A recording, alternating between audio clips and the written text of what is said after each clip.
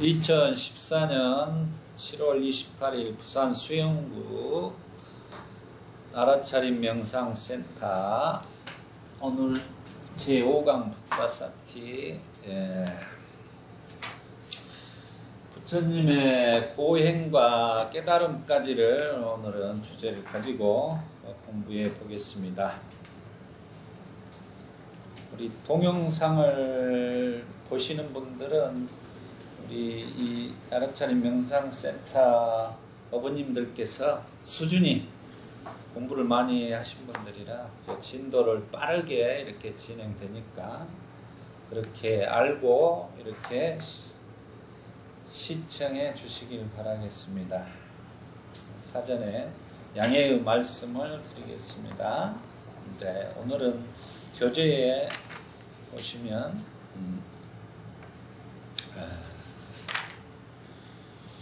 저번 시간에 출가를 해가지고 부처님께서 이제 혼자 머리를 깎으시고 이렇게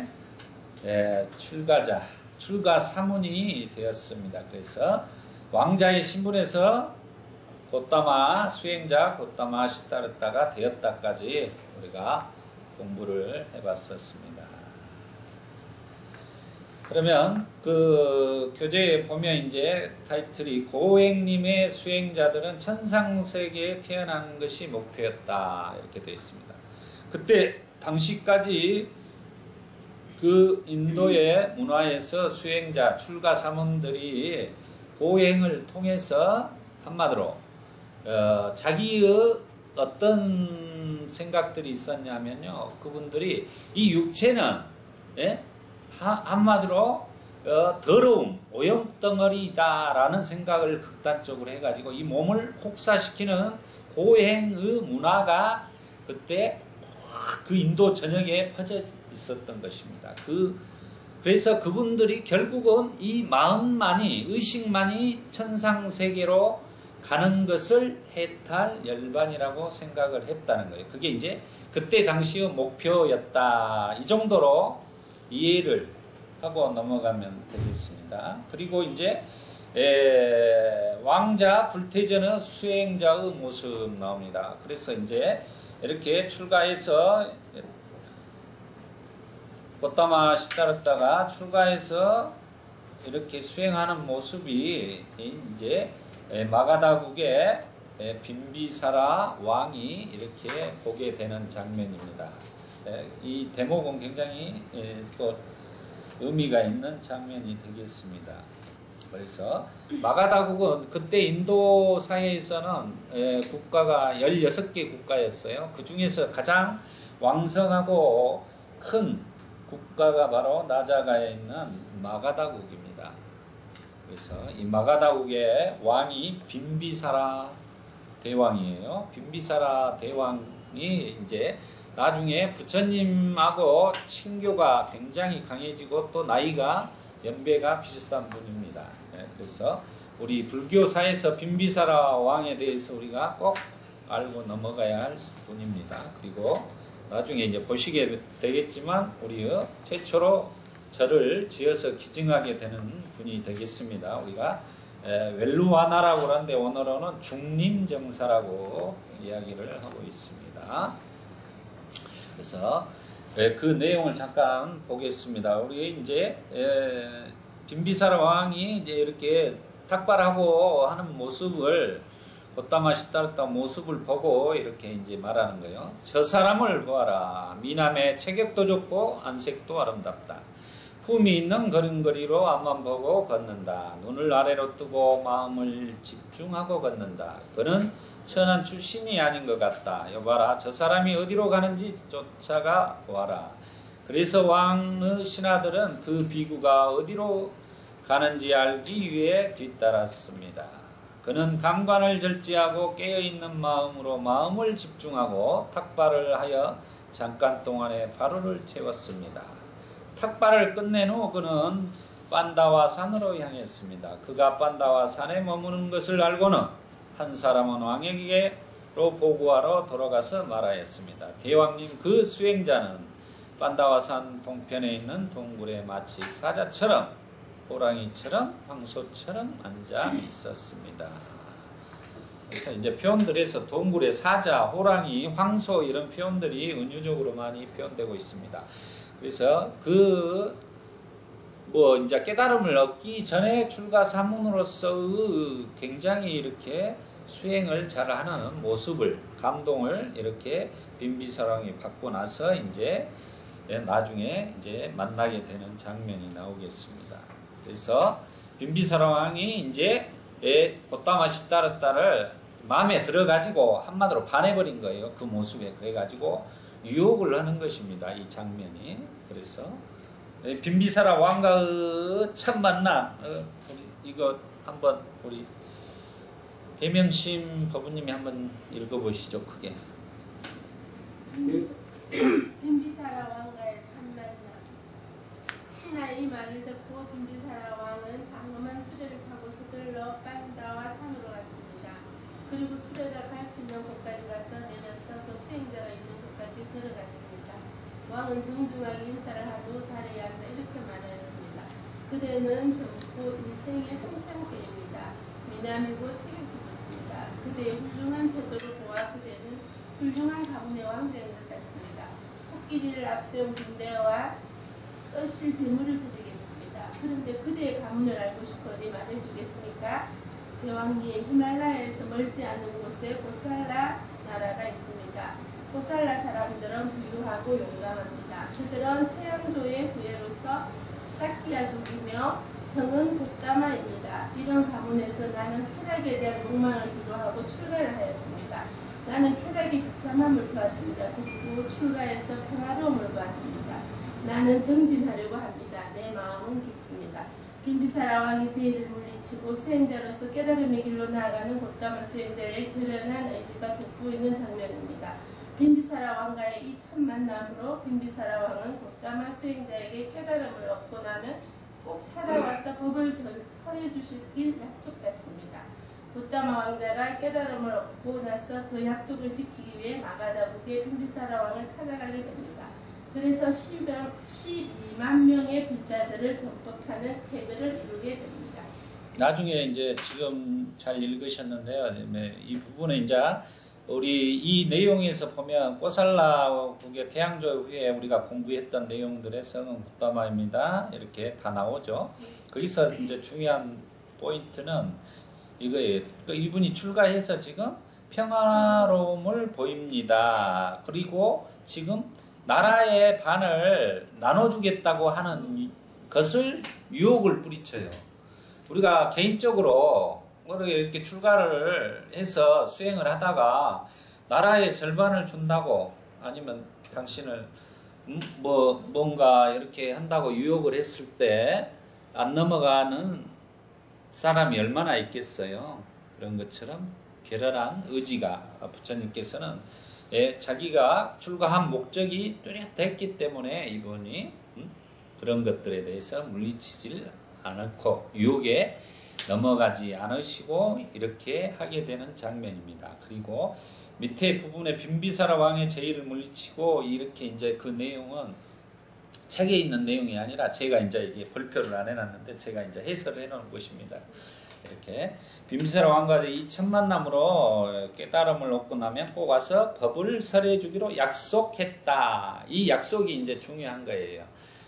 부처님께서 그러면은 자기가 빈비사라 왕도 참 대단하죠. 절반을 주고 유혹을 했으나 안 넘어가니까 그러면 당신이 깨달음을 얻고 나서 자기한테 와서 꼭 법을 설해 주라고 서원을 세웠던 것입니다. 약속을. 이런 부분들은 우리가 잊지 말고 꼭 기억해야 될 부분이에요. 그래서 나중에 이 빈비사라 왕을 만나러 가게 됨으로써 12만 명이라는 같이 대동한 사람들을 동시에 이제 견성하게 된다.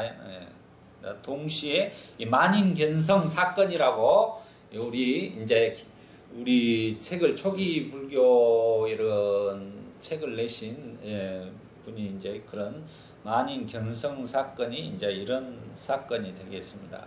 한 순간의 설법으로 12만 명이 이제 불제자가 되고 또 흐름에 든 수다원가에 들어가는 이런 정말로 대중경선 운동이 일어나는 사건들을 이 사건을 통해서 맺어지게 되는 것이다. 그래서 이런 부분에 대해서 우리가 한번 잘 생각해 볼 필요가 있습니다. 우리가 꼭 수행을 통해서 어떤 흐름에 든 사람으로 된 게 아니라 그런 설법을 잘 듣고 어떤 계기가 돼서 우리가 절탁동시라고 하죠. 밑에서 열심히 병아리가 알을 깨고 나오고자 노력하는 가운데서 위에서 탁 쪼아줄 때 바로 부화하는 것처럼 우리 경전에 이제 그런 절탁동시에 대한 경전들도 나와 있습니다. 나중에 이제 가시다가 이제 그런 경전들도 제가 한번 이렇게 참고로 안내해 드리겠습니다. 줄탁도 되고 절탁도 되고 두 가지로 같이 씁니다. 그 부분에 대해서 그 경전을 제가 카페에 올려놨어요. 그 경전을 찾아서 줄탁동시라고 찾아보시면 나중에 이제 프린트로 해서 또 안내해 드리겠습니다. 그럼 여기서 이제 우리가 콧다마 출가 수행 이야기는 뭐 이제 우리가 이제껏 공부해서 어떻게 해서 출가했는지는 아는 것이고요. 그 출가를 하고 나서 이제 한마디로 고행님에서 잠깐 며칠 머묵다가 이거이 아니다 해서 스승을 찾게 되는 거죠. 그래서 이제 스승을 찾던 분 중에 첫 번째 사람이 알라라 깔라마 수행자를 찾아간 것입니다. 그래서 알라라 깔라마 수행자를 찾아가서 이제 가르침을 구하죠. 그래서 그 수행을 가르쳐 주는 대로 공부를 하게 됩니다. 이 대목에서 이제 우리가 꼭 포인트는 이제 그거예요.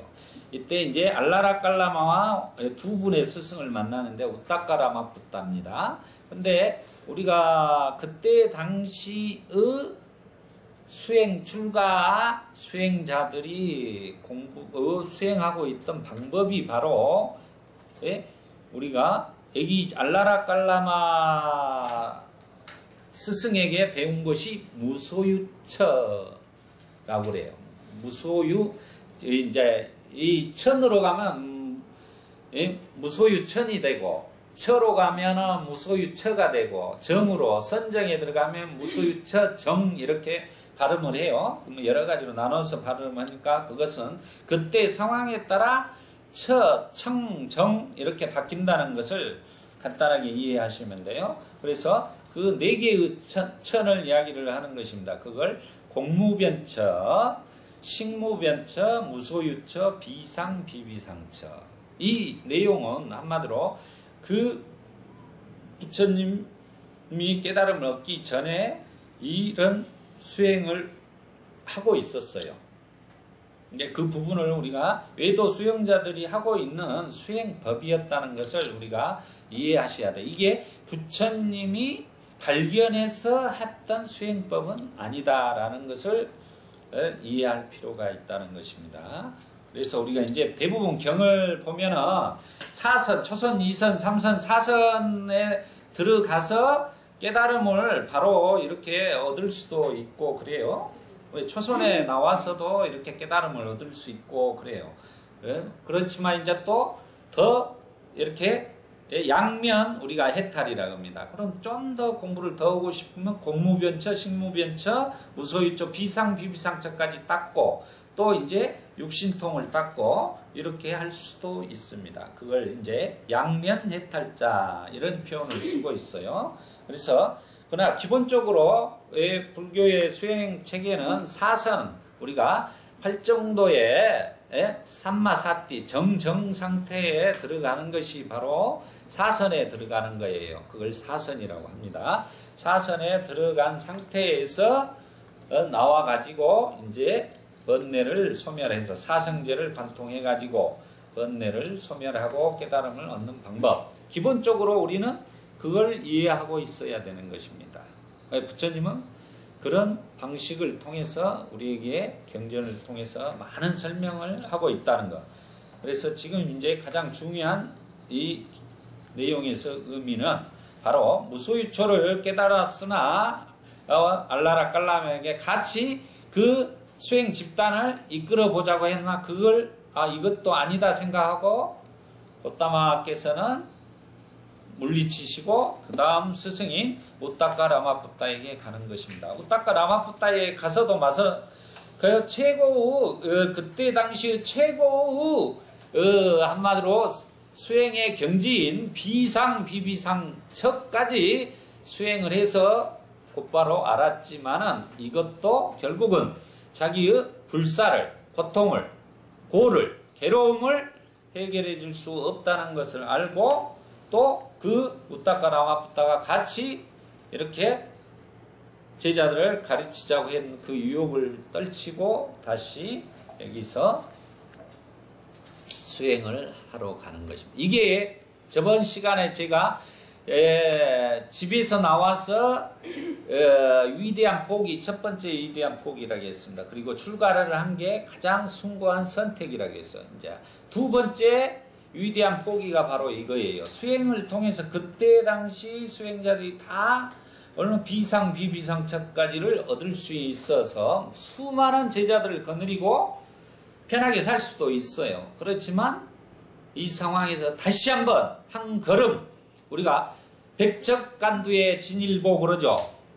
그런 것들처럼 우리 이제 한자로 백척간두 진일보처럼 거기에 머무르지 않고 백척간두에 한 발자국을 더 나아가고 그래서 그 수행의 그때 당시 완성점인 이런 것들을 다 물리치시고 또 포기를 하시고 위대한 선택을 하게 된다. 그러면서 이제 6년간 고행을 하게 되는 내용이 되겠습니다.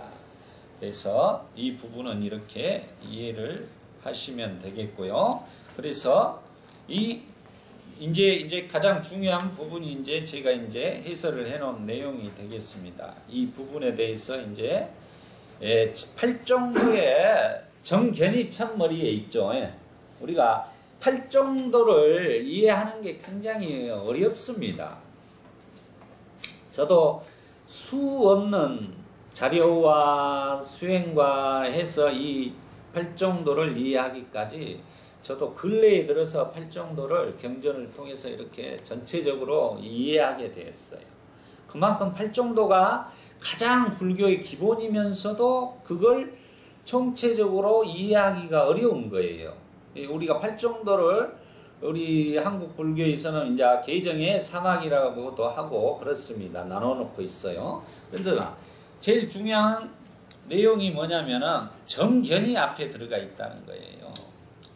삼마디티 정견이 앞에 들어가 있기 때문에 우리가 정견 부분과 정사유 부분을 이제 개정의 사막에서는 해악이라고 그래요. 지혜, 빠냐의 부분이라고 배속되어 있다는 거죠.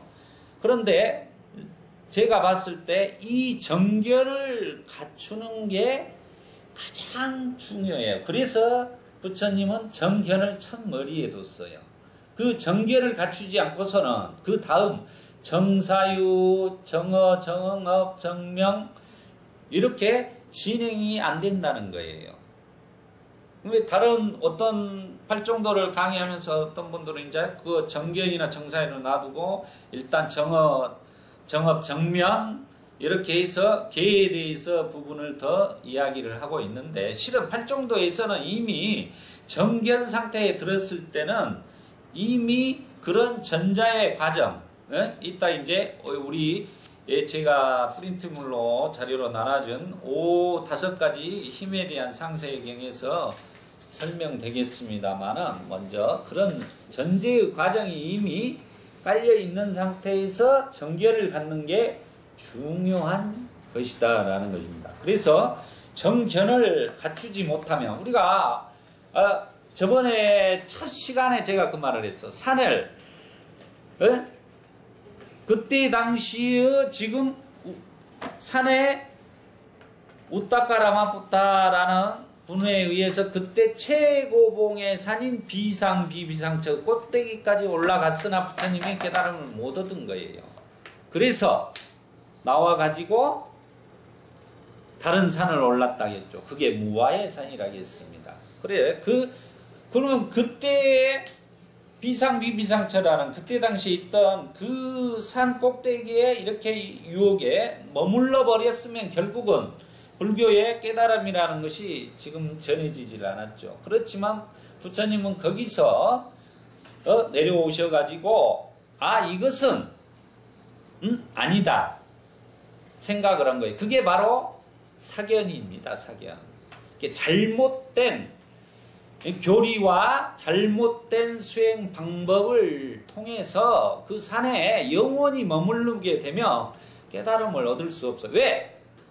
정견이 없기 때문에 그런다는 거예요. 정견. 그건 눈 뜬 자와 눈 감은 자의 차이예요.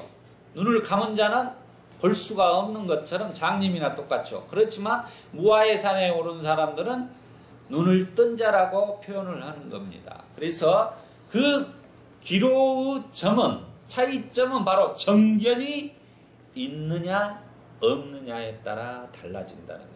그래서 그 정견을 갖추고 그 정견에 따라 바른 가르침에 따라 우리가 수행을 하고 공부를 하고 가면은 빨리 지름길을 향해서 빨리 우리가 해탈 열반으로 갈 수 있다는 것입니다. 그래서 정견이 중요한 것입니다. 그래서 이 내용을 제가 한번 우리 앞에 보덕거사님이 한번 읽어보시죠. 팔정도의 정견이 중요한 이유에 대해서 15페이지 크게 한번 읽어보시죠. 팔정도의 정견이 중요한 이유. 여기서 우리는 출가하여 수행자가 된 곧다마는 알라라 깔라마와 부타까 랄라푸타 두 삼매 수행자 스승을 모시고 수행했지만 그 삼매 수행만으로 불사를 얻지 못한다는 것을 알고는 떠나게 됩니다. 이것은 그때 당시의 무소유처, 비상비비상처를 성취한 삼매 수행도 결국 천상세계에 태어나는 것뿐이라는 것을 아십니다. 우리는 이 대목에서 그때 당시의 삼매 수행의 최고봉에 올라섰지만 깨달을 수 없다는 것입니다. 결국 곧다마는 마음을 바꾸어 어린 시절 사과나무 아래에서 선정에 들었던 순간을 기억하면서 수행의 방법을 아나빠나사티 수행으로 바꾸어서 실천함으로써 사념처, 선정, 사마타, 비파사나 수행을 통해 깨달음을 얻어 해탈과 열반을 이루시게 됩니다. 이것은 아주 중요한 핵심입니다. 부처님께서 깨달음을 얻을 수 있었던 결정적인 이유는 바로 정견을 갖추었던 것에 있는 것입니다. 부처님께서는 5 수행자에게 처음으로 법을 설하시면서 중도입니다. 그리고 중도는 팔정도입니다. 팔정도는 정견, 정사유, 정어, 정업, 정명, 정정진, 정령, 정정 이렇게 순서대로 진행합니다. 그 첫머리가 바로 정견인 것입니다. 우리는 사견이 아닌 정견만이 바른 삼매와 깨달음 그리고 해탈 열반으로 안내해 줄 수 있다는 것을 확인할 수 있는 것입니다. 네, 거기까지 하겠습니다. 그리고 제가 설명을 잠깐 하고 그 다음 부분은 다른 분이 또 있겠습니다.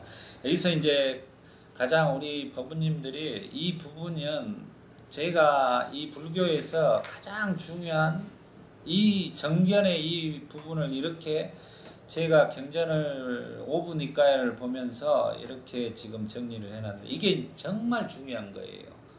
이 대목을 우리가 불교가 놓치고 있었기 때문에 어떤 분들은 불교를 부처님이 6년 고행에서 깨달음을 얻었다 이렇게 표현하면서 부처님을 한 중도의 사상을 왜곡되게 한다는 거예요. 그게 우리 한국 불교 전통에 계속 이렇게 흘러내려오다 보니까 이 불교 자체가 연세주의적인 이런 사고방식으로 변해버렸다는 거죠.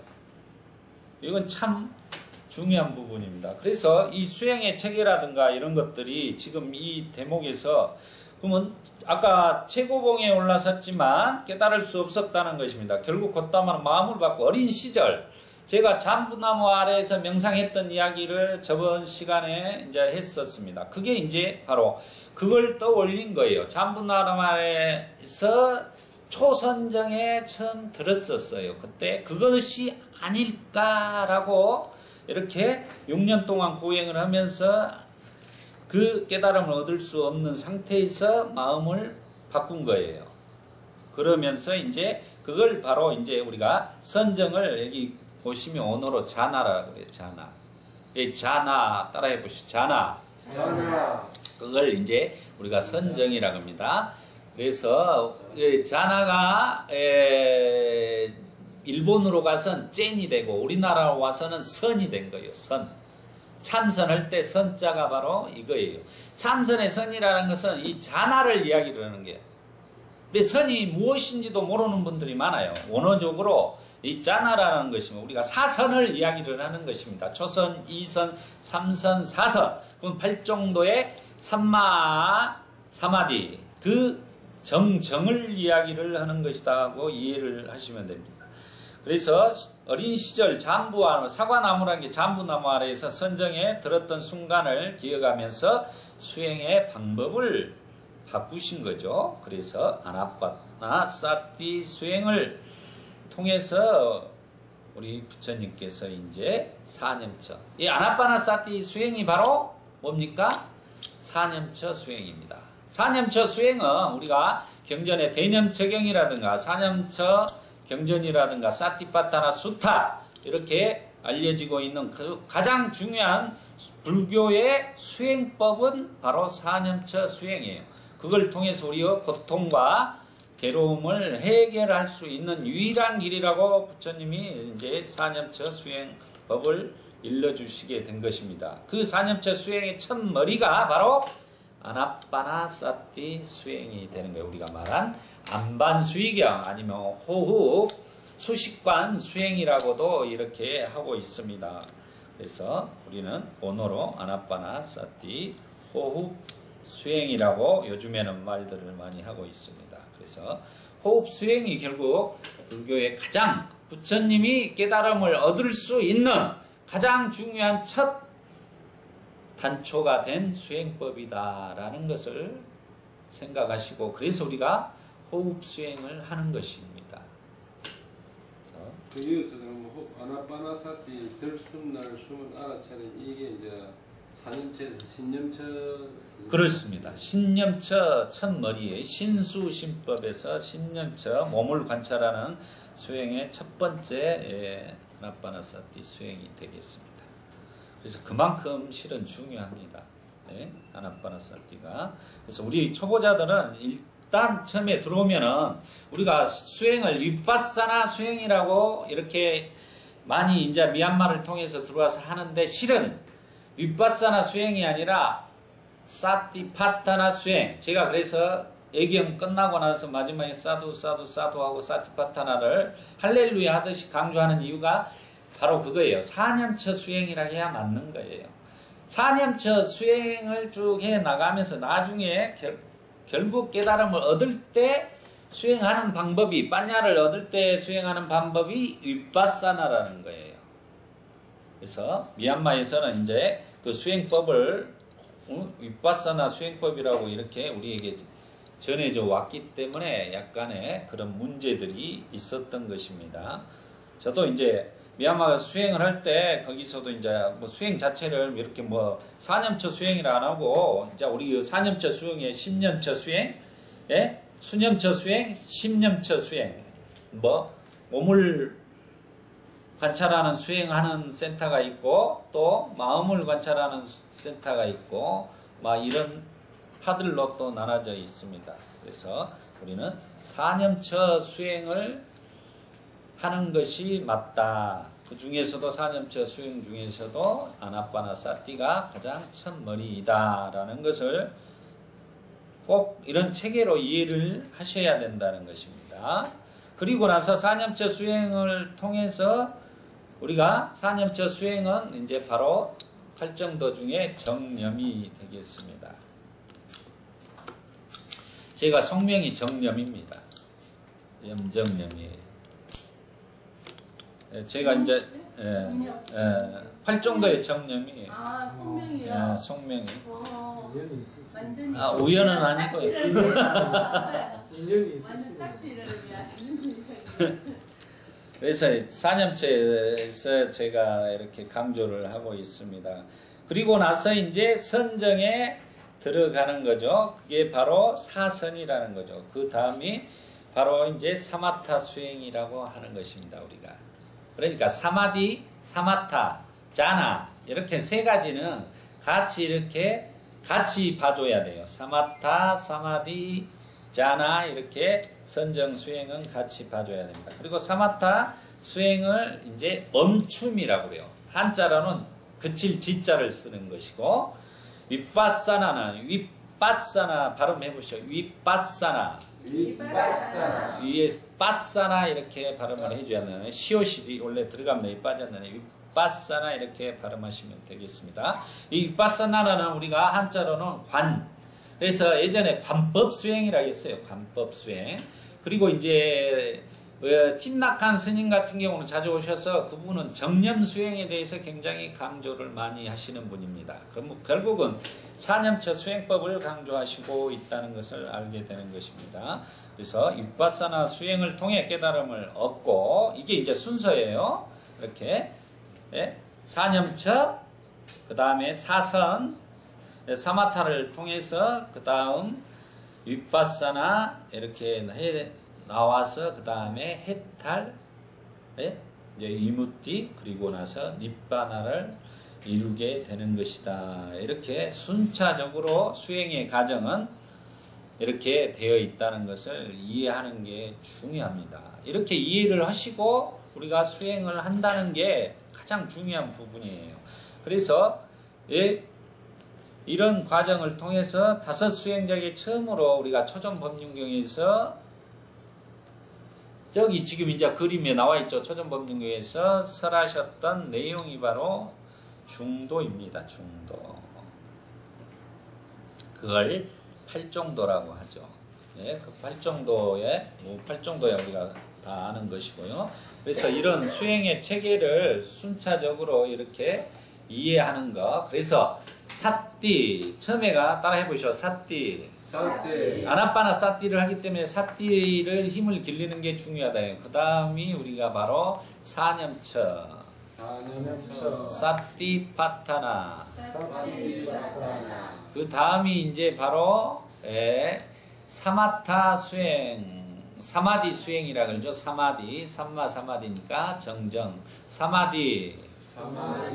그리고 나서 이제 우리가 그 선정에 일어나서 사마타 수행을 통해서 우리가 심해탈을 이루게 됩니다. 그리고 나서 윗바사나를 통해서 이제 해해탈을 이루게 돼요. 그걸 바로 이제 윗바사나라고 합니다. 그리고 나서 이제 사성제를 통찰함으로써 번뇌를 소멸함으로써 깨달음을 얻게 됩니다. 그걸 부동의 심해탈이라고 해요. 부동심해탈, 우리가 한자로는 부동심해탈이 부동의 해탈이라고 합니다. 부동심해탈. 그러면 사마타 수행에서는 우리가 여실직연이라는 내용이 나오게 되는 것입니다. 그리고 윗바사나에 가서는 이 열이작이라는 내용이 나와요. 언어가. 그래서 이런 법에 대해서는 이제 또 가면서 점차적으로 가면서 설명드리고, 그러면 사마타는 어떤 것이냐면 한마디로 번뇌가 있어요. 잘 보세요. 여기서 이 부분은 중요하기 때문에 사마타 윗바사나에 이걸까 이제 차이에서 그러면 이 번뇌를 이렇게 풀이 있습니다. 번뇌의 풀, 우리가 무명초라고 하죠. 이걸 사마타 수행을 통해서 우리가 돌멩이로 눌러놓는 거예요. 이게 이제 번뇌의, 마음의 번뇌의 풀이죠. 이걸 돌로 딱 눌러놓게. 그러면 돌로 눌러놓으면 일어납니까? 안 일어납니까? 불이 일어날 수가 없죠. 이 상태를 가장 지금 예를 쉽게 제가 들어주는 이 상태에서 그러면 나중에 이 돌을 튀어버리면 어떻게 돼요? 다시 올라오죠. 이 번뇌가. 이 상태에서는 그래서 깨달음을 이룰 수가 없는 것입니다. 번뇌가 아직 완전히 소멸되지 않았다는 내용이에요, 이게.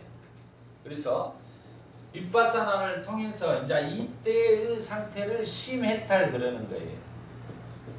단계에 있어. 우리가 심해탈, 해해탈 하는 기준이 이제 그거예요. 여기까지를 심해탈이라는 거예요. 여기 정도에. 그러면 한마디로 부처님이 고행을 통해서 이렇게 10시간이고 20시간이고 앉아있을 때는 돌로 눌러놔가지고 이 번뇌가 일어나질 않더라는 거예요. 그러다가 일어나가지고 이제 선정에 깨어나고 봤더니 나올라가 생각하고 야소다라고 생각하고 수도다나 대왕이 생각나면 돌을 치워버리니까 선정의 돌을 삼매의 돌을 치워버리니까 다시 일어나더라는 겁니다. 그래서 이것 가지고는 안 되더라. 그래서 윗바사나 수행을 통해서 여기서 열의자기를 통해서 이 돌멩이를 치워도 이 번뇌가 한마디로 이 돌멩이를 치우는 게 아니라 이 싹을 완전히 파내버리는 거예요. 뿌리채. 그럼 여기서 뿌리채 파내버렸기 때문에 이 풀들이 번뇌의 풀들이 없어져 버린 거죠. 그럼 원인이 없어져 버린 거예요. 이걸 이제 바로 부동의 심해탈이라고 이야기를 하는 거예요. 해해탈과 더불어서 이제 부동의 심해탈이 되는 것입니다.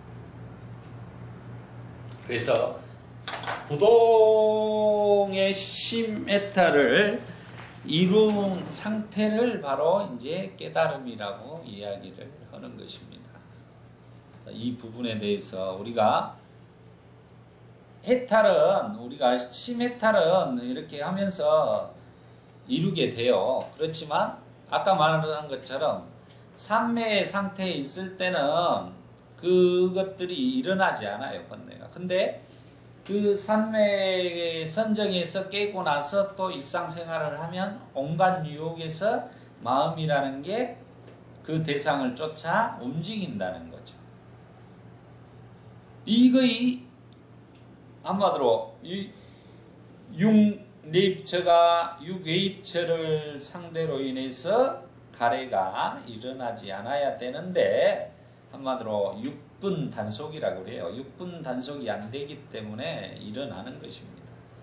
그 원인 자체인 이 번뇌 자체를 완전히 뿌리 뽑을 때까지 이제 수행을 해야지만이 우리가 그때서 자유인이 되는 거예요. 자유인. 어떤 상황에서도 거기에 물들지 않는 자유인으로서 승리자가 되는 것이다 라는 것을 이해할 필요가 있다는 것입니다. 선생님 그럼 여기서 아나파나사티 수행으로 바꾸어서 실천함으로써 사념처 이 지금 사념처 수행을 이야기하는 거예요? 예예. 사념처 수행을 이제 하신 거죠. 그럼 사념처 수행 안에 아나파나사티가 들어 있습니다. 1000마리. 그럼 저 윗바사나도 내신 이 사념처 수행이 아닙니까? 아니 그 안에 이제 나중에 이제 통찰지로 갈 때 윗바사나 수행도 그 나중 부분에 법령처 부분에 들어 있죠. 그럼 지금 여기서 윗바사나 수행이라는 거는 요 사념처 수행 안에도 다 포함되어 있네요. 다 포함되어 있죠. 항시 멈춤과 통찰은 다 포함되어 있어요. 근데 이제 중요하게 이렇게 크게 나누어서 이제 이렇게 이야기를 하는 거예요. 사념처 수행으로 결국은 우리가 사마타 윗바사나 수행을 통해서 해탈의 길 열반으로 간다고 분명히 말씀해 주고 계셔요. 그 안에 포함된 내용을 이제 늘려놓은 거죠. 사념처 요 안에 이제 선정 그러니까 자나 사마타 윗바사나가 다 포함되어 있는 거죠. 그렇죠. 그 안에 다 포함되어 있죠. 사념처 따로 선정 따로 사마타 따로 윗바사나가 아니고 이 사념처 안에 요 선정과 사마타 윗바사나가 들어있다. 이래 예, 맞습니다. 그렇지만 이제 그렇게 들어있는 과정을 우리가 이제 이렇게 길게 느리는 거죠. 순차적으로 이렇게 사념처 수행을 순차적으로 신수신법을 하게 되면 그 과정에서 순서적으로 이렇게 선정을 이루고 사마타, 윗바사나 이렇게 해탈, 열반 이렇게 순차적으로 가게 돼 있더라는 것을 좋은 질문입니다. 그렇게 이해하시면 됩니다. 그 다음에 이제 그럼 이 부분을 우리 가만히 있어요. 제가 우리 청운 법원님이 한번 크게 읽어보시죠. 그럼 여기서 전견에 대해 알아봅니다. 올바른 견해는 세속적인 것과 출세감적인 것으로 나뉩니다. 마치 마니카야 9번 올바른 견해의 경에서 형세서가 에서 잘못 못하니까 맞췄어. 사리푸타 존자의 말씀을 들어봅니다. 수행성들이여 올바른 견해에는 번뇌를 수반하여 공덕을 갖추고 과부를 초래하는 것이 있으며 수행성들이여 올바른 견해에는 성스럽고 번뇌를 여의고 출세감적인 길의 항목에 속하는 것이 있다. 세속적인 올바른 견해는 행위의 법칙 즉 도덕적인 행동의 역량에 대한 올바른 파악을 함축하고 있으며 그것은 행위의 주체를 자신으로 하는 올바른 견해를 말한다. 반면 성스러운 올바른 견해는 궁극적인 해탈과 관계되며 윤회의 전 과정으로부터 자유롭게 되는 해탈은 모든 형태의 윤회를 구성하는 존재의 특성에 관한 깊은 통찰에 일어난다. 이 성스러운 올바른 견해는 네 가지 거룩한 진리에 대한 통찰이다. 사성제에 대한 네, 거기까지 됐습니다. 예. 이제 우리가 팔정도 중에 정견은 무엇이죠? 정견이라는 게 올바른 견해가 팔정도에서는 정견은 우리 제일 뒤에 계신 거사님이 그건 고성 선생님입니다. 고성. 팔정도의 정견은 어떻게 알고 계셔요? 고성 어부님? 여실지견 본다. 무엇을 그대로 본다는 것입니다.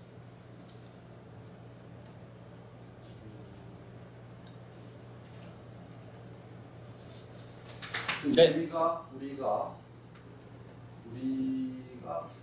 여기서 말한 결론적으로 이야기하면 와를 알고 자기 스스로의 어떤 그 와를 알고 오를 알고 결국은 내라는 자체가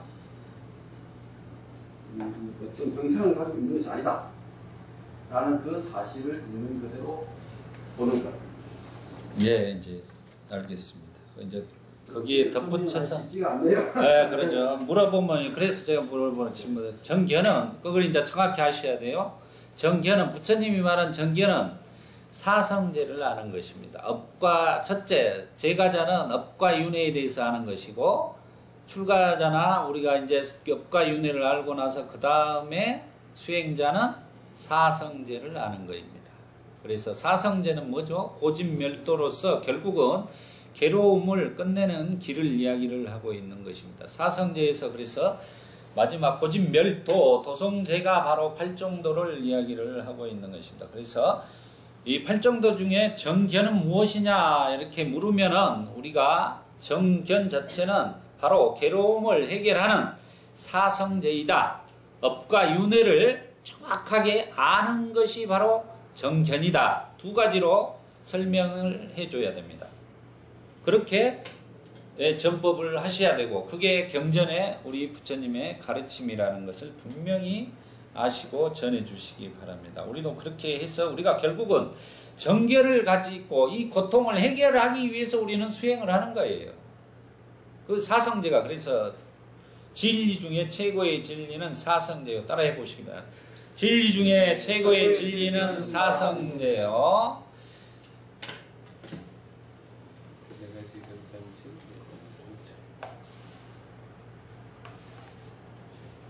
길 중에 최고의 길은 팔정도요. 따라해 보시면 길 중에 최고의 길은 팔정도요. 맛 중에 최고의 맛은 단마의 맛이다.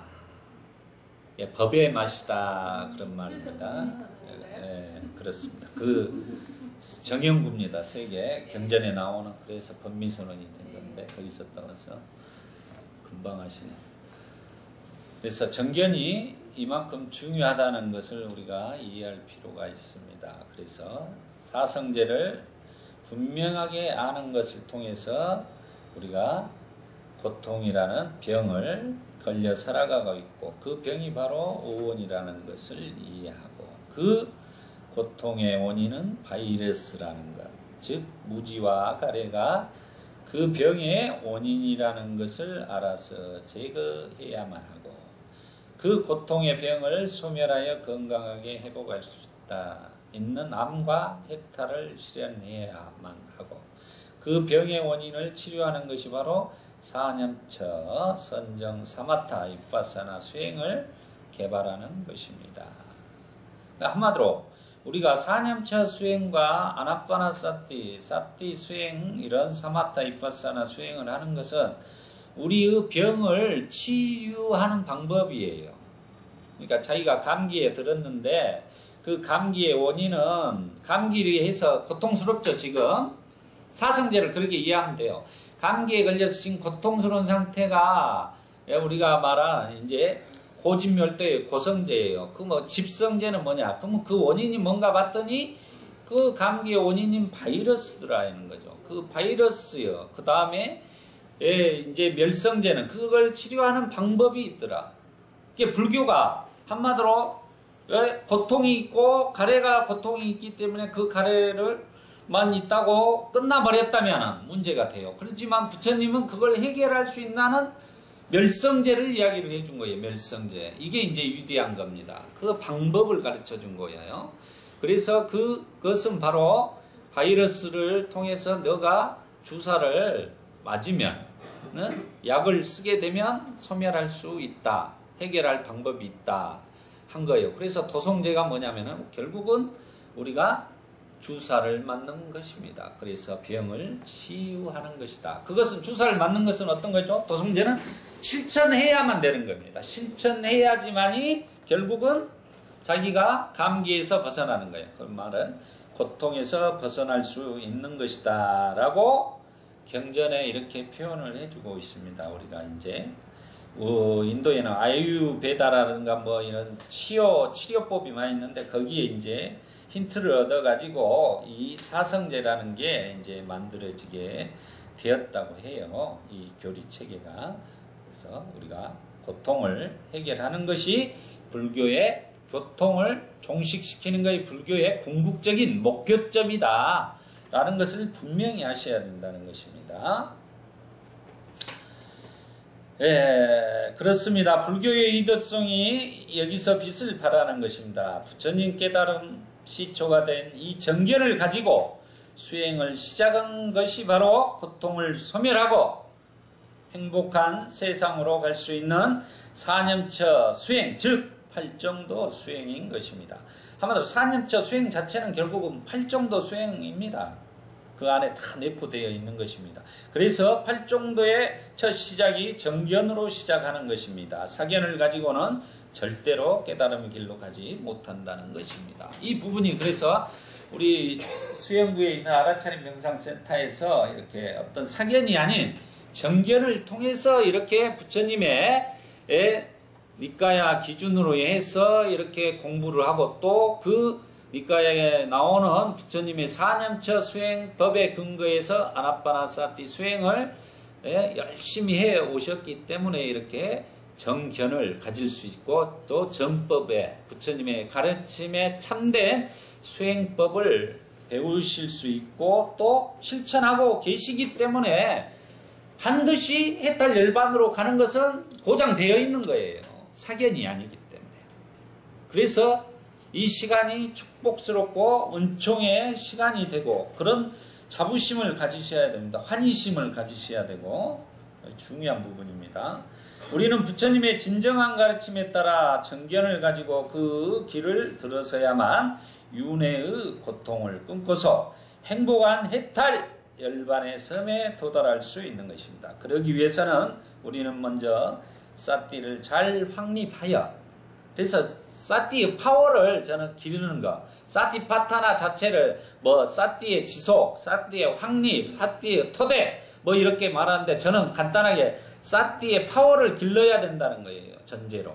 그 힘을 기르지, 알아차림의 힘을 기르지 않고서는 할 수가 없는 것입니다. 결국은. 이 마음이라는 놈을 다스릴 수가 없어요. 사티가 없이는. 이 사티라는 기능으로 이 마음, 어디로 갈지도 모르는 실체가 없는 마음을 억제하고 조절하고 보호하고 수호해야 된다는 것입니다. 그럼으로써 사티를 잘 확립하여 오근, 오력을 갖추어야 합니다. 오근과 오력은 믿음, 정진, 사티, 사마디, 빠냐입니다. 그래서 제가 이제 준 자료를 좀 보겠습니다. 제가 순차적으로 체계를 설명을 했습니다. 이걸 이제 안구따라 니까야 5편 5권의 14번경이 되겠습니다. 힘에 대한 상세한 경에 대한 내용이 되겠습니다. 이 부분을 우리 누가 읽어보실까요? 우리 바로 뒤에 있는 보덕 거사님 뒤에 있는 우리 법무님이 누구시죠? 최윤생. 예. 한번 크게 읽어보시죠.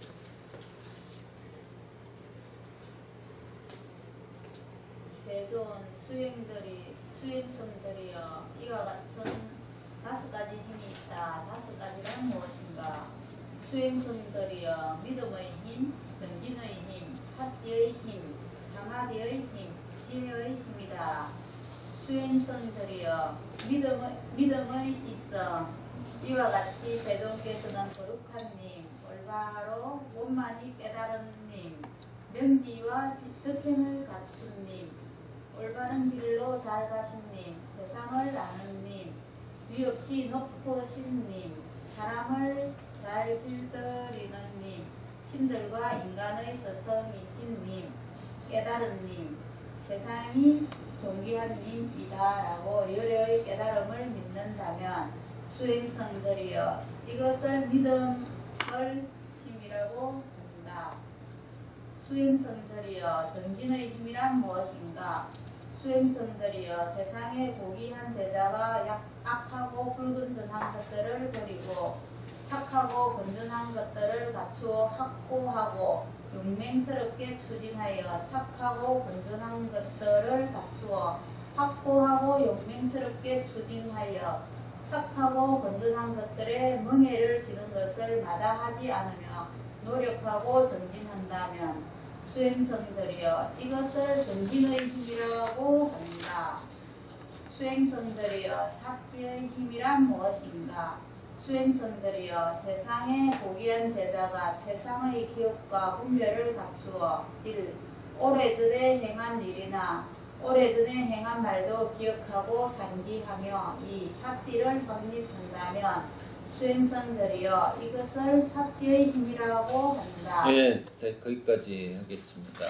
제가 이제 다음 부분은 제가 설명하면서 사마디 부분은 이야기를 하겠습니다. 지혜하고는 이게 이 5가지 우리가 오력이라 그래요. 오력. 우리가 37 보리분법. 원래 오늘은 보리분법이에요. 그 다음에 이제 우리 한자로 조도품이라고 이렇게 이야기가 되고 있습니다. 그래서 우리가 원어는 보리분법이라는 걸 아시고 조도품은 나중에 도와주는 것이다 해서 이렇게 나온 것이니까 그렇게 하시면 그래서 신정진 염정해 이렇게 나옵니다. 한자로는 신정진 염정해. 제가 성명이 염정염이라고 했죠. 염정해로 했어야 되는데 잘못한 것 같아요. 그래서 이 신정진 염정해가 바로 제가 안구따라니까 이번에 정리를 하면서 보니까 힘에 대한 상세경에 수행의 체계를 이렇게 5가지로 딱 정리를 해 놓으셨어요. 부처님이. 그래서 첫째가 이제 5가지 중에 힘이라고 표현을 했죠. 첫째가 우리가 애경을 할 때 이띠비소 바가랑 삼마삼부타 이 내용이 바로 우리의 열의 시포 이렇게 되어 있는 것입니다. 그 내용이 바로 이렇게 부처님의 믿음이라는 것은 먼저 부처님에 대한 그 깨달음에 대한 믿음, 그리고 부처님에 대한 정말 우리가 불태전의 믿음을 가지고 있어야 된다는 것을 말하고 있는 것입니다. 믿음을 갖춘다는 것이 정말 중요해요. 불태전의 믿음 정도가 됐을 때 그때 출발이 되는 거예요. 실은 이 믿음이 없이는 갈 수가 없어요. 믿음을 정확한 사견이 아닌 정견을 가지고 부처님의 가르침에 여타의 종교가 있을 망정 이 불법에 부처님의 가르침에 믿음을 가진 자만이 정견에 들어가는 것입니다. 결국은 진리에 들어갈 수. 또 뭐 어떤 다른 종교에도 진리 이야기하지만은 결국은 지금 이런 부분이에요.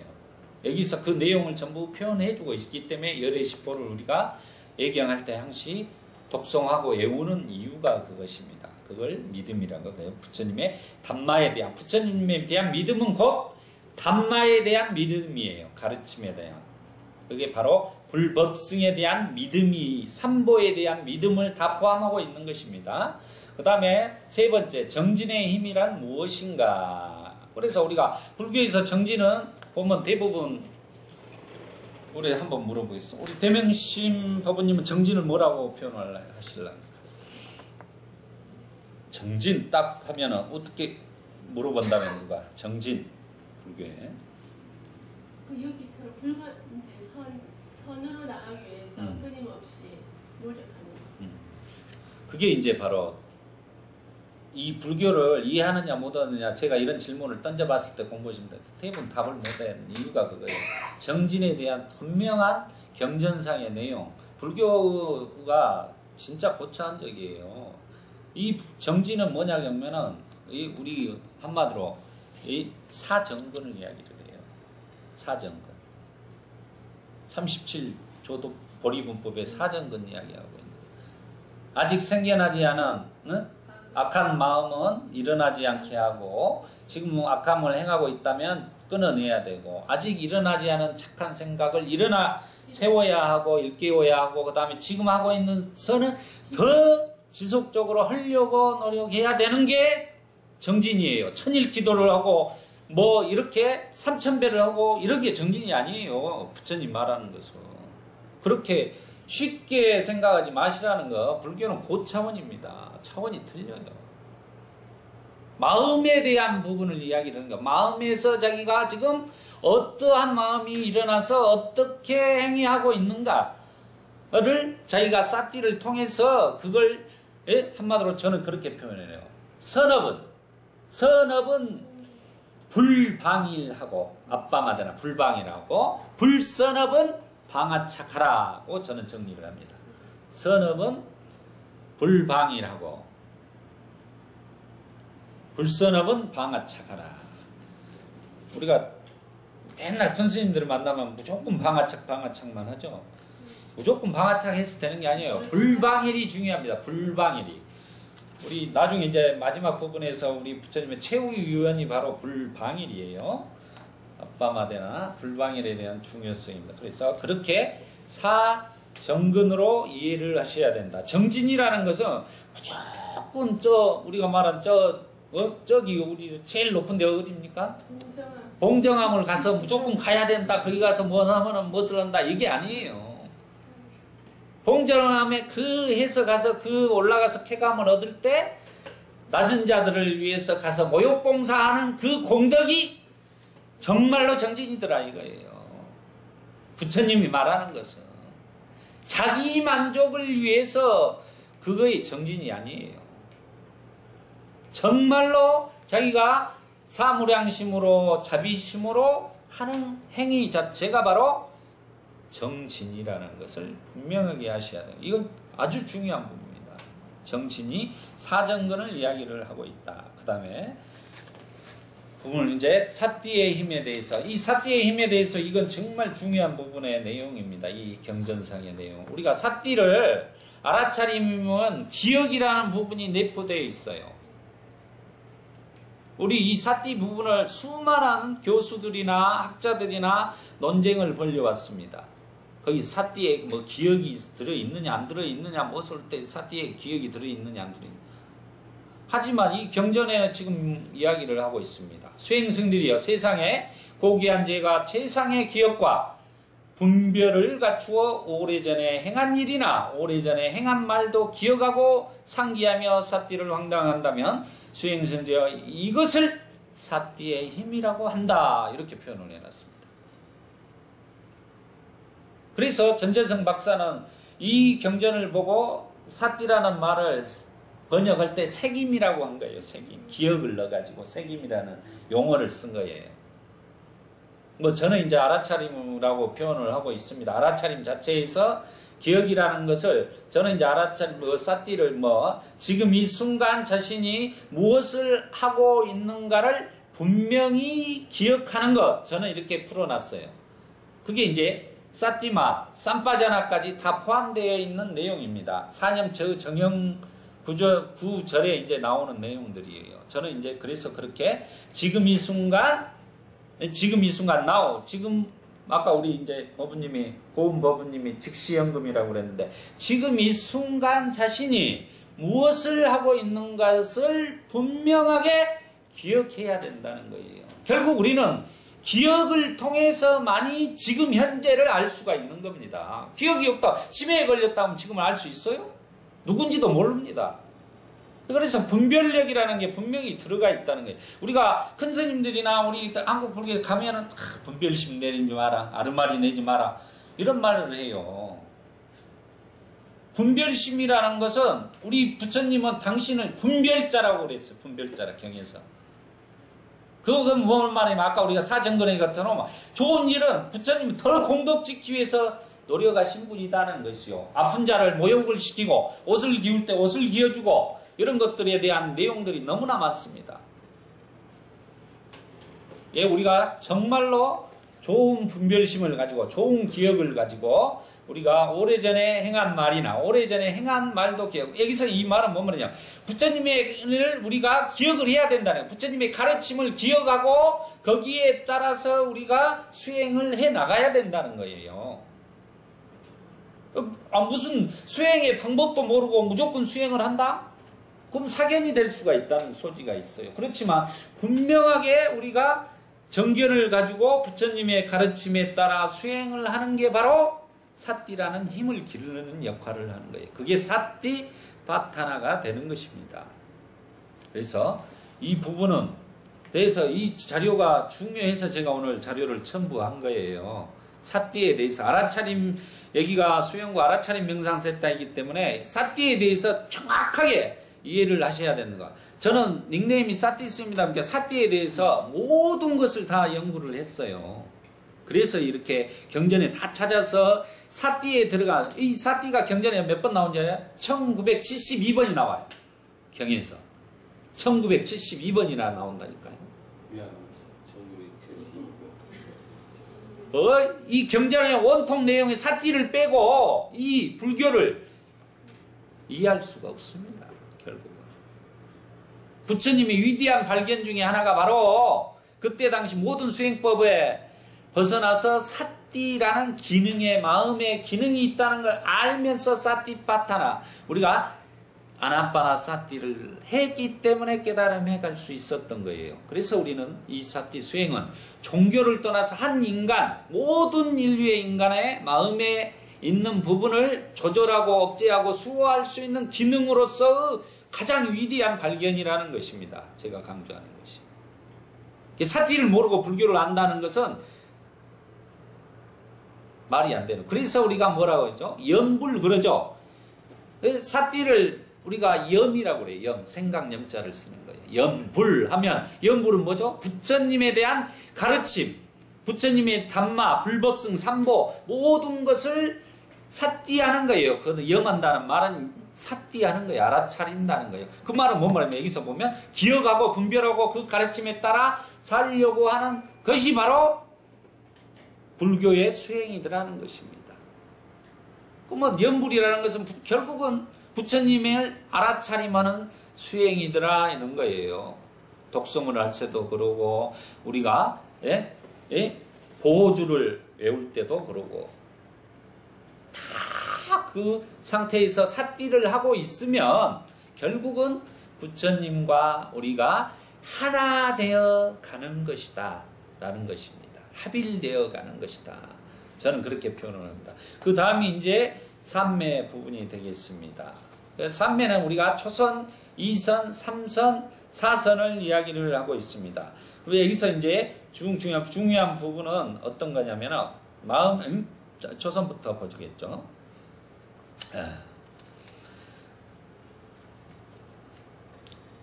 사유와 숙고를 갖추고 멀리 여임에 대해 생겨나는 희열과 행복을 갖춘 첫 번째 선정에 들어. 여기서 보면은 멀리 여임에 생겨나는 희열과 행복을 갖춘 첫 번째 선정에 들어. 이거 몸에 대한 부분이에요. 몸이 멀리 여임에 생겨나는 희열과 행복을 갖춘 첫 번째 선정에 들어. 이게 멀리 여임이었다는 말은 뭔 말입니까? 여기서 중요한 것은 5가지 장애 있죠? 보덕거사님 저번에 말한 이제 5가지 장애가 이미 떨쳐나간 상태예요. 이 상태는. 멀리 여였단 말은. 정견을 갖추고 5가지 장애를 극복한 상태에서 이 멀리 여임에서 멀리 여임을 잘 간파를 해야 돼요. 이 중요한 포인트가 있어요. 이 삼매를 이해할 때도. 예? 우리가 대부분 윗닦아, 윗자라 뭐 이런 것만 사유와 숙고만을 강조를 하는데 이게 중요한 게 아니에요. 제가 봤을 때 멀리 여임에 대해서 생겨나는 희열과 행복이 첫 번째 선정이에요. 멀리 여임에. 그랬을 때 이 삐띠와 수카가 일어나는 거예요. 한마디로 희열과 행복이 일어나는 거예요. 수행을 하고 있으면. 두 번째 보겠습니다. 이 선정에. 그 다음에 분명한 알무로 신체적으로 행복을 느끼며 고귀원님들이 평정하고 사띠가 있다고 행복을 표현하는 세 번째 선정에 들며, 이제 사띠가 이제 두 번째 선정의 단계에서 나오죠. 예? 이 부분은 이제 평정하고 사띠가 있다. 우리 신체적으로 행복을 느끼며 이 부분을 이제 이해할 필요가 있습니다.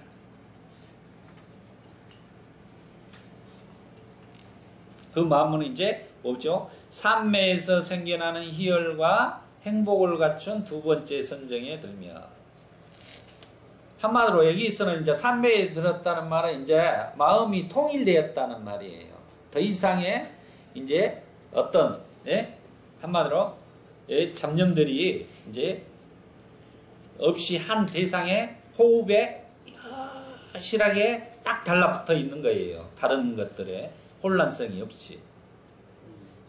그래서 이 삼매에서 생겨나는 희열과 행복을 갖춘 두 번째 상태가 진행되는 거예요. 이거 이제 아나파나사티를 하게 되면 이 과정을 거쳐가게 돼 있어요. 그래서 제가 지적을 해주는 거예요. 수행에서. 그 단계를 잘 이 기준에서 이해를 해야 된다는 거. 그렇지 않으면은 이제 자기가 어디까지 와서 지금 수행을 하고 있는가를 모르는 거예요. 그래서 인터뷰가 필요하고 그 단계를 이해하는 게 필요하다는 거죠. 그 다음에 이제 세 번째 보겠습니다. 세 번째는 이제 바로 사띠가 있고 행복하다고 표현한, 아까 신체적으로 아까 참 말을 잘못했네. 신체적으로 행복을 느끼며 고귀한님들이 평정하고 사띠가 있다 행복하다 표현은 세 번째 선정에 들며, 여기에서 이제 사띠의 힘이 완전히 강해져 가지고 여기서 이제 평정심이 일어나는 것입니다.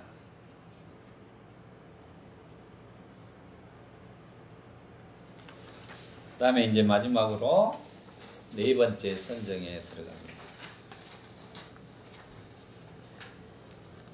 이 부분에서 이제 사선의 상태를 잘 이해할 필요가 있습니다.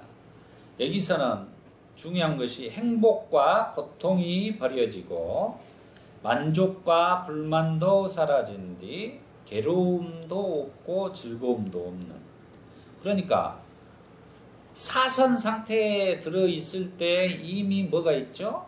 우리가 락이 없어요. 고락이 없어요. 이게 우리가 수카, 행복하다 이런 상태가 아니라는 겁니다. 그 상태는 정멸의 상태이기 때문에 행복 자체를 느낄 수가 없어요. 이 부분을 이해를 못하면 이렇게 계속 행복에 대해서만 이야기를 해. 거의 보통 행복을 추구하잖아요. 그렇죠. 예, 이 상태에서는 행복이 아까 같이 삼성까지는 행복을 우리가 느낄 수 있어요. 신체적으로 행복을. 이게 희열이 떠난 자리에 행복 감을 느끼는데 사선에 가서는 정멸의 자리, 호흡이 끊어져 버리기 때문에 그때는 이 생각 자체가 없어요. 제가 체험을 해보니까 행복이라는 게 자체가 없으니까 그런 생각 자체를 못 느낀다는 거죠. 그 자체가 완전히. 영어로 이야기하면 불행도 못 느낀다는 그렇죠. 당연히. 정멸. 일찍 예, 불고불락이죠. 예, 정멸의 상태. 예, 그렇게 이해를 하셔야 돼요. 사선을. 이제 이 사선의 상태에 한번 체험을 해보면 자기가 이제 완전히 뭐가 변하냐면 이 인생 자체가 완전히 변해버려요. 저도 이제 거기에서 완전히 이게 뒤집어져 버린 미얀마에 수행할 때 이게 이제 그 선정에서 들을 때 이게 이제 뒤집어진 거예요. 그때부터 모든 의심이 풀리고, 예? 그래서 이 사선의 상태를 우리가 낙으로 대부분 표현을 해요. 그건 중생들을 위해서 표현하는 말인데 실은 그렇게 절대 표현은 안 돼요. 그게 그 열반 자체를 갖다 상낙무아 이런 식으로 표현을 하면 돼. 낙이라는 말을 쓸 수가 없는 거예요. 절대로. 이 상태에 낙이라는 말 자체는 들어갈 수가 없는 거예요. 완전하게 청정한 마음으로 청정한 상태라고 또 이제 경전에서 말하고 있습니다. 5가지고 또 이제 경전이 있습니다. 이 상태에도 나중에 또 설명드리겠지만 완전 순수하게 이 청정함으로 온 몸을 다 채운다. 호흡이 끊어지고 그 청정함 상태 어떠한 이 세상 우리가 청정법심 비로자람을 거죠. 그 상태를 이야기를 하는 거예요. 대승에서 말하는. 그러니까 우주와 내가 둘이 아니라는 경지 보통 표현하는 그게 이거라는 거다, 그죠? 경전에서는 그렇게 표현합니다. 그걸 청정법심. 사선정에 들어갔다가 나와도 그런 건지 항상 사선정 아란의 경지로 봐야 되는 건지.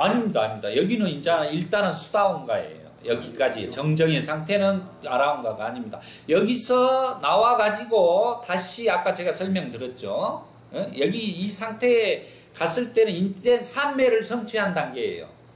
사선을 성취했다는 것은 사마디를 성취한 단계라고 보셔야 돼. 그리고 나서 이제 다시 또 사마타 수행을 하는 거예요. 열이작이 또 이렇게 하는 것입니다. 이 보면서 이것을 사마디의 힘이라고 한다. 네. 그렇게 이해하시면 됩니다. 그 다음 부분은 또 나중에 우선은 이제 여기까지 이해를 하고 그 다음이 이제 지혜의 힘이에요. 지혜의 힘. 아란의 경지가 아니죠. 이제 지혜가 빠냐가 일어나야지만이 이제 아라한의 경지에 들어가는 것이다. 그러면 이제 여기에서 사선정에 들어가서 완전히 청정해진 다음에 이제 나와서 이 빠냐라는 위파사나를 통해서 이제 우리가 이렇게 설명돼요. 세상의 고귀한 제자가 탁월한 깨뚫음으로 완전한 괴로움 후 소멸로 이끄는 발생과 소멸에 관한 지혜를 갖춘다면 완전한 괴로움의 소멸로 이끄는 발생과 소멸에 관한 지혜를 갖춘다면 수행선이 이것을 지혜의 힘이라고 한다. 이렇게 표현을 하고 있습니다. 이게 이제 수행의 단계를 표현을 한 것입니다. 그래서 이제 우리가 8정도 이야기를 하는데 또 10정도도 이야기를 하고 있어요. 10가지로 또 표현도 하고 있습니다. 그건 나중에 또 차차로 말씀드리기로 하고요. 그래서 오늘 강의가 그냥 이놈을 마무리하려고 시간이 오래 가고 있습니다. 그래서 이제 밑에 있는 우리 고은 법부님이 밑에 있는 부분 있고 오늘 법회 마무리를 하겠습니다. 별표에는 아닙니다. 밑에 부분 이 경에서 그 이제 저 체크해 놓은 건 원어는 참조하시기 바랍니다. 네, 참조하시고. 이 경에서 우리는 불교의 수행법이 부처님의 가르침에 대한 믿음에서 시작하여 5가지 장애를 청정하게 하고 나서 제가 지금 기억이 잘 안 나는데 이 5가지 장애에 대해서는 5개. 5개? 네, 5개. 우리가 5개 우리 보독거사님이 그때 한번 말씀해 보시죠. 네. 5장의 이야기합니다. 5가지 장애를. 감각적 욕망, 쾌락의 욕망, 그다음에 분노, 악이 분노, 악이 이제 똑같은 말이에요. 그다음에 들뜸, 해태, 헌침, 헤이즈 거심. 네, 5가지. 네, 그 5가지. 감각적 욕망, 분노, 들뜸, 해태, 해태심, 해태 후에, 회한, 본침, 혼침. 회의적 의심. 그럼 맞는데. 다섯 아니 근데 그걸 같이 엮어서 본다고요. 해태나 혼침이나 해태 혼침이가 해태 혼침이 묶음이고 들뜸과 후회가 한 묶음이고 회의적 의심이 하나고 그 분노 악의가 하나고 감각적 쾌락의 욕망이 첫 번째고 5가지.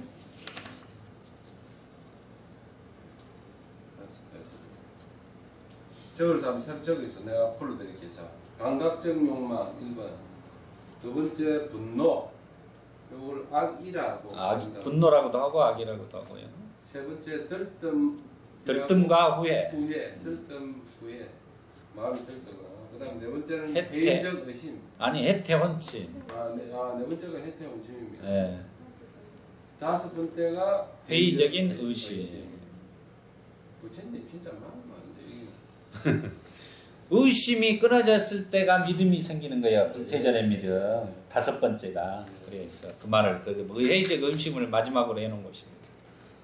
5가지 장애를 청정하게 하고 나서 착하고 건전한 계율을 갖추기 위해 노력하는 정진을 갖추고 나서 세상의 기억과 분별을 갖추어 오래전에 행한 일이나 오래전에 행한 말도 기억하고 상기하며 삿들을 확립하고 나서 행복과 고통이 버려지고 만족과 불만도 사라진 뒤 괴로움도 없고 즐거움도 없는 평정하고 삿띠가 있고 청정한 네 번째 선정에 들고 나서 세상에 고귀한 제자가 탁월한 꾀뚫음으로 완전한 괴로움의 소멸로 이끄는 발생과 소멸에 관한 지혜를 갖춘다면 번뇌에서 벗어난 마음의 해탈과 번뇌의 마음에 벗어난 지혜의 해탈을 성취하고 나서 해탈되었다는 궁극의 알미 생겨나서 태어남은 웃어졌고 청정한 삶은 이루어졌고 해야 할 일을 다 마쳤으니 더 이상 윤회하지 않는다라고 분명히 안다고 하는 순차적으로 수행의 과정이 진행됩니다. 잘 읽었습니다. 이 부분을 제가 쉽게 이제 정리를 했어요. 이게 이제 수행의 체계예요. 이렇게 수행을 해 나가야 되는 것입니다. 그래서 보면 이제 탁월한 꿰뚫음으로 완전한 괴로움의 소멸로 이끄는 발생과 소멸에 관한 지혜. 발생과 소멸에 관한 지혜가 뭐냐면은 바로 연기법이에요. 연기법을 이야기를 하는 것입니다. 발생과 소멸에 관한 지혜는 연기법을 생각하시면 됩니다. 바로 그거를 이야기를 하기 때문에. 그래서 우리가 해탈할 때 되었다는 거, 그리고 태어나면 무서졌고 청정한 삶은 이루어졌고 해야 할 일이 다 마쳤으니, 해야 할 일을 다 마쳤으니, 이 부분 보시죠. 우리 인간으로 와서 해야 할 일이 뭐냐? 이 말이에요. 인간으로 와서 해야 할 일은 다 마쳤단 말은 바로 이겁니다. 열반을 이루었을 때만이 할 일을 다 마친 거예요. 그러면 계속 윤회의 수레바퀴 통해서 우리는 윤회를 하는 거예요. 할 일을 못 마쳤기 때문에. 영원히 숙제로 남는 것입니다. 그것은. 그래서 무엇을 이야기하냐? 더 이상 윤회하지 않는다. 분명히 한다고 합니다. 윤회에 대해서 우리가 어떤 사람들은 뭐 윤회가 있네 없네 이런 이야기를 불자들이에요. 불교는 윤회를 말하지 않고서는 불교를 하는 것은 있을 수가 없는 거예요. 단면론적으로 이야기를 하면. 그런 말을 하게 된다면 큰 무식의 소치이다.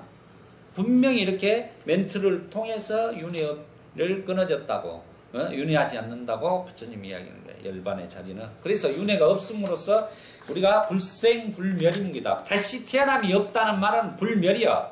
다시 태어나지 않기 때문에 멸할 자리가 없는 것입니다. 그걸 불사라고 그래요. 줄여서. 그래서 불교는 고통을 멸해서 윤회를 끊고 불사를 이루는 것이다 라는 것을 아시기 바랍니다. 오늘은 여기까지 시간이 좀 오버됐습니다. 그래서 그 마무리를 또 교재까지 했기 때문에 이렇게 전법 선언문하고 마무리하겠습니다. 그래도 시간이 가도 우리가 전법 선언문 꼭 해야 됩니다. 전법 선언문 어느 때 부처님은 바라나시어 이 이시바타나의 사슴동산에 계셨다. 제자들 60명이 아란이 되었을 때 우리는 제자들을 모시고 말씀하셨다. 비구들이여 나는 모든 속박에서 벗어났다. 그대들도 또한 모든 속박에서 벗어났다. 중생의 이익을 위하여 중생의 행복을 위하여 길을 떠나라. 세상에 대한 자비심을 가지고 중생하는 모든 것에 대한 자비심을 가지고 신들과 인간의 이익과 행복을 위하여 길을 떠나라. 둘이 함께 같은 길을 가지 마라. 처음도 훌륭하고 중간도 훌륭하고 끝도 훌륭하고 바른 뜻과 문장을 갖춘 가르침을 설하여라. 완전하고도 청정한 수행의 삶을 보여주어라. 세상에는 더러움에 덜 물든 사람들도 있다. 그들은 가르침을 듣지 못하였기 때문에 멀어졌지만 만일 그들이 가르침을 듣는다면 그것을 곧 알아들을 것이다.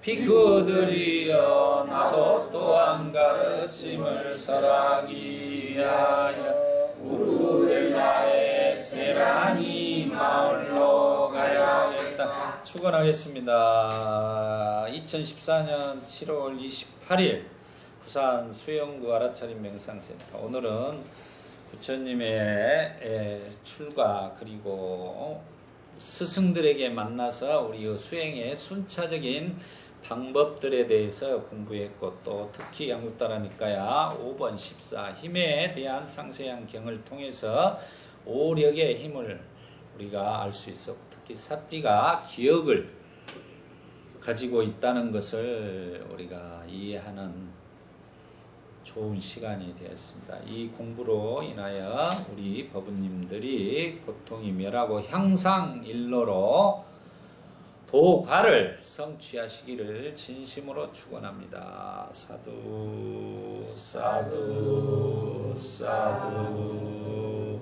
사띠 빠타나. 수고하셨습니다.